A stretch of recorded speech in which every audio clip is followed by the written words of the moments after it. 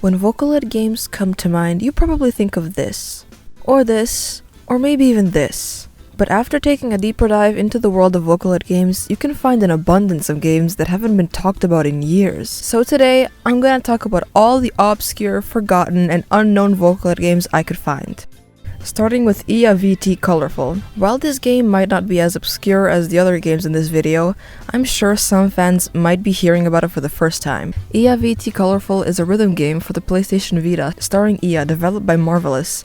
And considering the things I've heard about this company, I'm not sure how much footage of this game I can actually show you.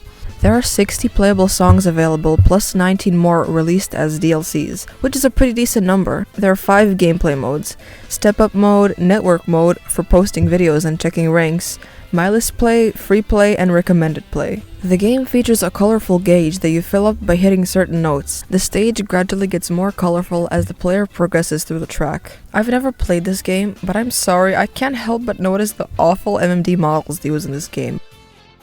Tohoku Zunko is a mobile game developed by Zako featuring Tohoku Zunko. I can't actually call this a game as there's no actual gameplay. You basically just whip out your phone and point it toward an AR marker and a picture of Zunko appears. Talk about solid gameplay! There is another Tohoku Zunko game developed by Genthrax, simply titled Tohoku Zunko, in which she rocks around Japan punching shit around and turning them into Zunda Mochi. This game was produced in 2011 as a result of crowdfunding. The crowdfunding reached 300,000 yen, approximately $2,700 US. There's virtually nothing to find out about this game, as its download sites have been down for years and there are only these couple screenshots available.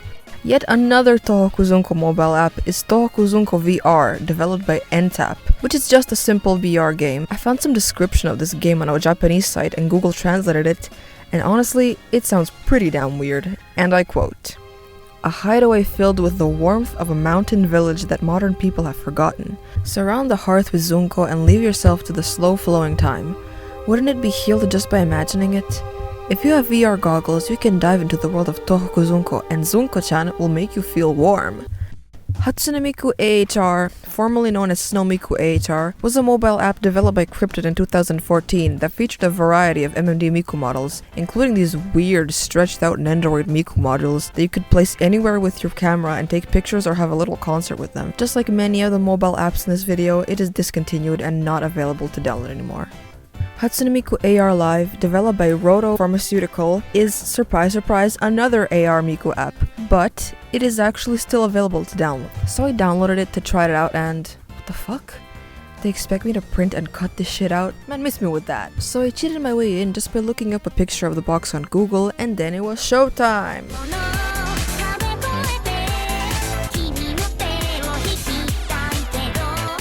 Miku Miku Hockey is a game developed by Sony for the PS Vita. The game is another AR game in which the user can play air hockey with Miku. Apparently, there was an update in which you could play against other players, but I don't think you're gonna be able to find another rabid Miku Miku Hockey player, but who knows, maybe I'm wrong. Music Girl was a mobile app developed by the same team that worked on Project Diva. The user was able to communicate with Miku while listening to music, and if their closeness level was high enough, the user could receive special presents. They could also switch Miku's outfits, accessories, and hairstyles. The game has been removed in 2015. iStyle Project, the company behind Vocaloid's Aoki Lapis and Merly, released a number of mobile apps in order to promote their Vocaloids. However, unsurprisingly, they have all been removed. While there are some APKs you can find on the internet, and I highly recommend that you do not download these, absolutely none of them work, and I probably have a series of viruses on my phone right now. Anyways, one of the apps they've produced is called Oyasumi Lapis, which was basically an app to help you sleep. There were 3 modes: Goodnight Lapis mode, in which you would count sheep.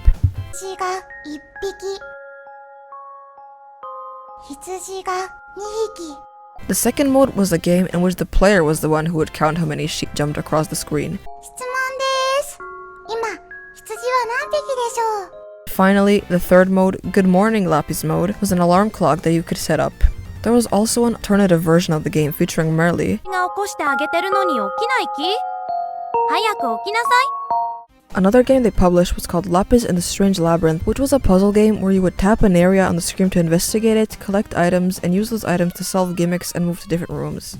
The game actually had its own plot, but please keep in mind, Google Translator being Google Translator made it sound a bit funky. And I quote, One day, a mysterious parcel arrives under the main character. The contents are a book written as Mysterious Labyrinth, and when our hero opens it immediately, a light overflowed from the inside, and when she noticed it, she moved to a mysterious space. There's actually a sequel game called Lapis in the Magic Melody, which is pretty much the same concept as the first one, except Merle is a playable character, along with a new character called Kazakiri Chitose. I honestly wish that these games were still available to download, because they look like real gems. Hatsune Miku Live Stage Producer is a game developed by Sega and oh for fuck's sake! So yeah, this is yet another dead mobile game. In the game, the player would take on the role as Miku's producer and owner of the live house she performs at. The player could train Miku with dancing and singing lessons and design their live house to increase its popularity. Miku can be entered into contests and unlock items for the live house, or some alternate outfits. Vocanova was a mobile game developed by B-Plat, starring Luo Tianyi. And yes, I know, I'm sorry for the pronunciation. It was a rhythm game in which you would use the touchscreen to swipe and tap the cues in time to the music. There are only 2 known models, her default outfit and a pink outfit. VOCALOID was a mobile game developed by Project VOCALOID with a cast of 8 Vocaloids: Lily, Merle, Lapis, Anon, Canon, Cull, Kokone, and Mizuki. It's built as a combination of an idol-raising game and mystery adventure. Each character got their own age and likes and dislikes. Anon is 18 and liked history and bread. Canon is also 18 and also likes bread, and she likes sports. Mizuki is 18 years old and likes Japanese accessories and dislikes summer and hot places. Lapis is 15, likes cookies and the smell of rain, while she dislikes ghosts. Merle is 17 and likes butterflies and dancing, but dislikes spiders. Cull is 16, likes dogs and dislikes bitter stuff. Kokone is 14 and likes delicious boiled rice and dislikes the lack of harmony music, which is pretty damn specific. Finally, Lily is 17, likes honey and lemons, and dislikes crows.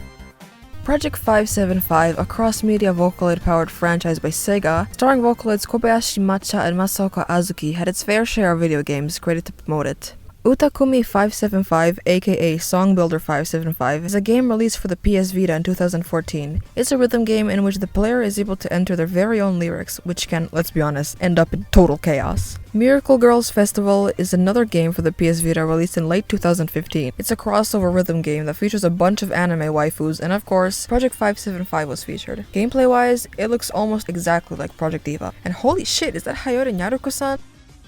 575 Utayomi was an iOS game in which you were able to write your own lyrics for different pre-established melodies available in the game. You could also interact with the characters, and there was also an AR photography option. Hatsune Miku Amiguru Jump is a mobile game developed by Krypton in which you control a little Miku yarn doll that jumps up on platforms. Rinlan, Luka, Meiko, and Kaito are also present in the game. Hatsune Miku Amiguru Train is another mobile game published by Krypton with the same aesthetics of the previous mentioned game. You aim for the goal by moving your character left and right. Collecting balls of yarn brings you more characters, but bumping into walls makes you lose them. You can unlock a number of different carts and cute little Krypton Vocaloid outfits. While these 2 games are cute and harmless, I highly recommend turning off your internet while playing them, unless you want these atrocious ads every damn second. There are 2 games titled Utashoot with Megpoid and Utashoot with Flower, but I can't find a thing with these games except these few screenshots. Apparently, the player would have to shoot word blocks to complete a song. And those were the most obscure Vocaloid games I could find. While like 90% of them are discontinued and unplayable, they left some traces behind that we're still able to find. They might not be Project Divas, but they have their own little charms to them in some ways. I hope you enjoyed this video, and see you in the next shitty video.